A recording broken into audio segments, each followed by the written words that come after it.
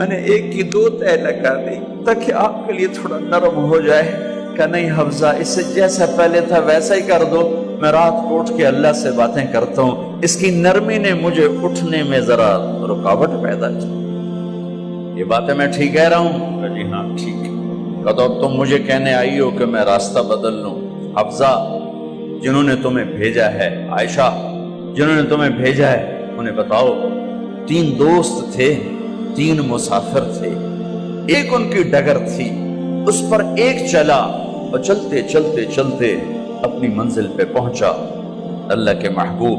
پھر دوسرا چلا اور اسی ڈگر پہ چلا اور چلتے چلتے اپنی منزل پر پہنچا ابو بکر صدیق.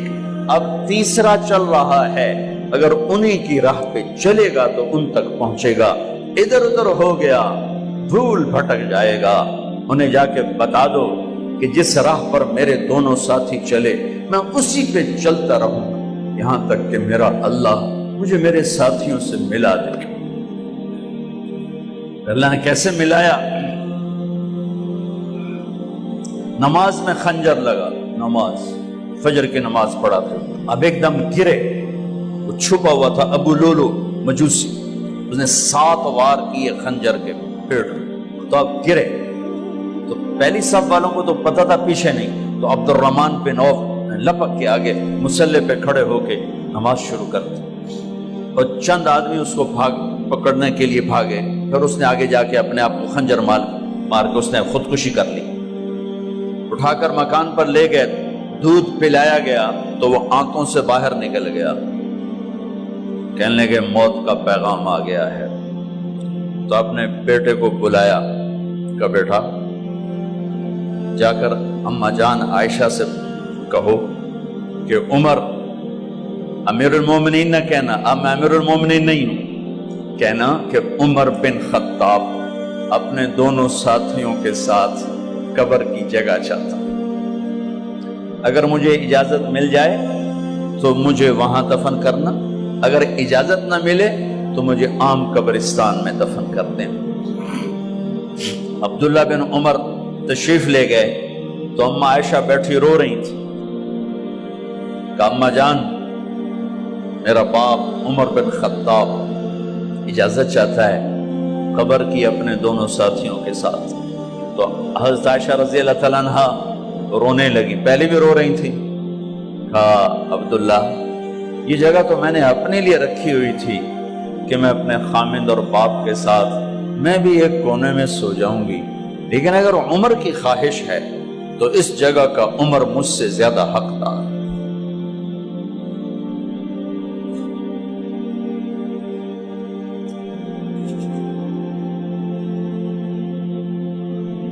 بیٹے نے آ کر کہا ابا جان مبارک ہو، اجازت ہو گئی.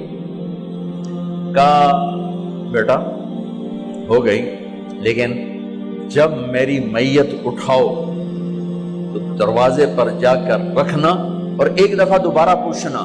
ہو سکتا ہے میرے شرم میں اجازت دی ہو اور میرے مرنے کے بعد انکار فرما دیں، تو ایک دفعہ دوبارہ پوچھنا، اس وقت پہ اجازت ملے تو پھر لے جانا ورنہ واپس لے جانا. حضرت علی اور حضرت حسن تشریف لائے جس دن انتقال ہو رہا ہے. تو گھبراہٹ دیکھی. علی نے فرمایا عمر موت سے ڈر گئے ہو؟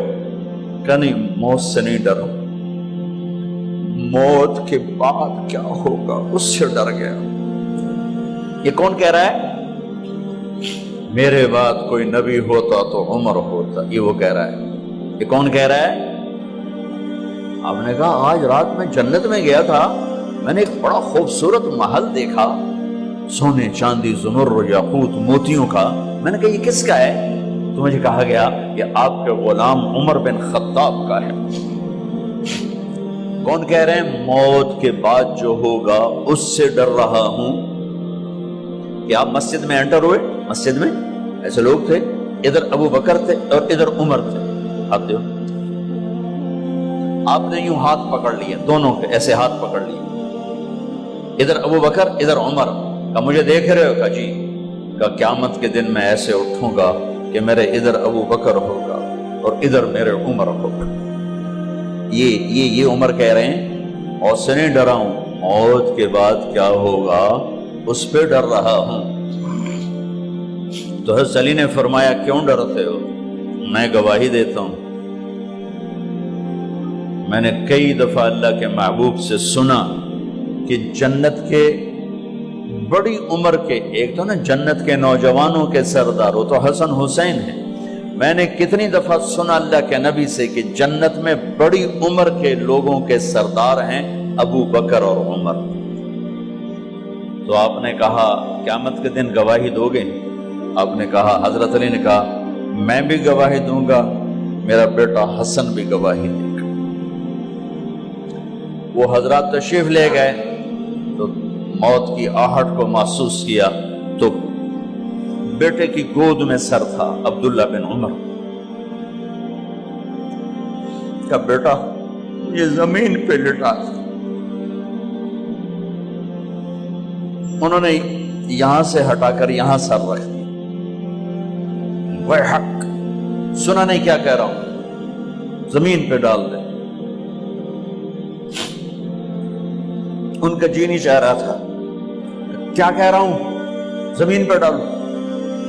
انہیں آگے کر دے، وہ پیچھے اٹھ، اپنا چہرہ مٹی میں یوں رکھ اور مٹی میں منہ ملنے لگے ایسے، اور کہہ رہا ہے وَيْلٌ لَكَ يَا عُمَرْ إِن لَّمْ يَغْفِرْ لَكَ عُمَرْ إِن لَّمْ يَغْفِرْ لَكَ رَبُّكَ، اے عمر اگر تیرے رب نے آج تجھے معاف نہ کی تو ہلاک ہو۔ وَيْلٌ لَكَ وَلِأُمِّكَ وَيْلٌ لَكَ وَلِأُمِّكَ يَا عُمَرْ إِن لَّمْ يَغْفِرْ لَكَ رَبُّكَ، عمر اگر آج تجھے اللہ نے معاف نہ کی تو ہلاک ہو۔ اتنے بڑے مقام والے 1,24,000 میں ایک آدمی ہے مراد، جسے مانگا گیا ایک آدمی، یا اللہ عمر دے دے میرے اسلام کی بلندی کے لیے۔ وہ کہہ رہے ہیں وَيْلٌ لَكَ يَا عُمَرْ إِن لَّمْ يَغْفِرْ لَكَ رَبُّكَ،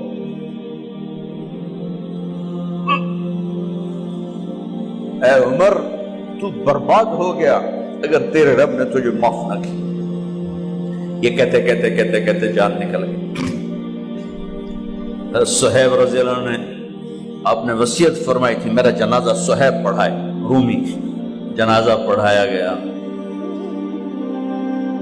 کندھوں پہ اٹھایا گیا، اور آ کر اماں جان عائشہ رضی اللہ عنہ کے دروازے پر عبداللہ بن عمر، باقی تو کوئی پتہ نہیں تھا کسی کو، کہے ٹھہر جاؤ جنازہ یہاں رکھ دو۔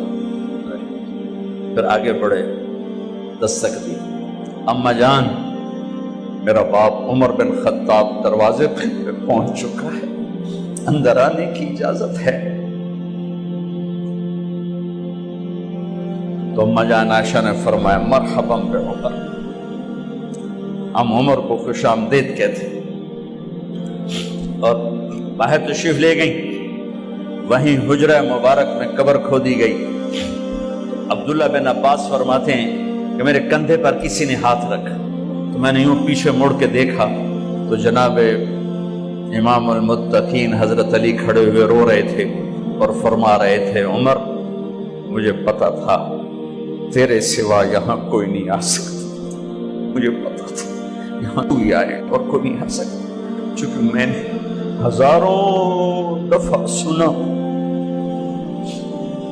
خرجت انا و ابو بکر و عمر دخلت انا و ابو بکر و عمر، میں نے ہزاروں دفعہ اپنے نبی کی زبان سے سنا میں اور ابو بکر عمر گئے تھے، میں اور ابو بکر عمر آئے تھے، میں اور ابو بکر عمر اندر گئے تھے، میں اور ابو بکر عمر باہر گئے تھے، میں نے اپنے نبی کے نام کے ساتھ تجھے اور ابو بکر کو اتنا سنا ہے کہ کسی کو نہیں سنا، لہذا مجھے پتا تھا تو اسی جگہ پہ آئے گا، تیری یہی جگہ ہے۔ میرے بھائی بہنوں، یہ وہ لوگ ہیں جنہوں نے رضی اللہ عنہ کا ٹائٹل جیتا اور پھر روتے روتے مر گئے۔ مجھے کیا خبر کیا ہونے والی، آپ کو کیا خبر کیا ہونے والی؟ بے شک میرا رب رحیم ہے، وہ اس کے رحم کے تو فعلی کام بنے گا، کیڑیاں تقریراں تے کیڑے علم، کیڑیاں نمازاں تے کیڑیاں سجدہ، کم تو اس کی رحمت پر بنے گا، پر یہ اعمال اس کی رحمت کو لینے کا راستہ ہیں۔ یہ بھی ٹھیک نہیں ہے کہ اللہ غفور الرحیم ہے، آپ ہی معاف کرے گا، یہ یزید اور حسین کو برابر تو نہ کرے۔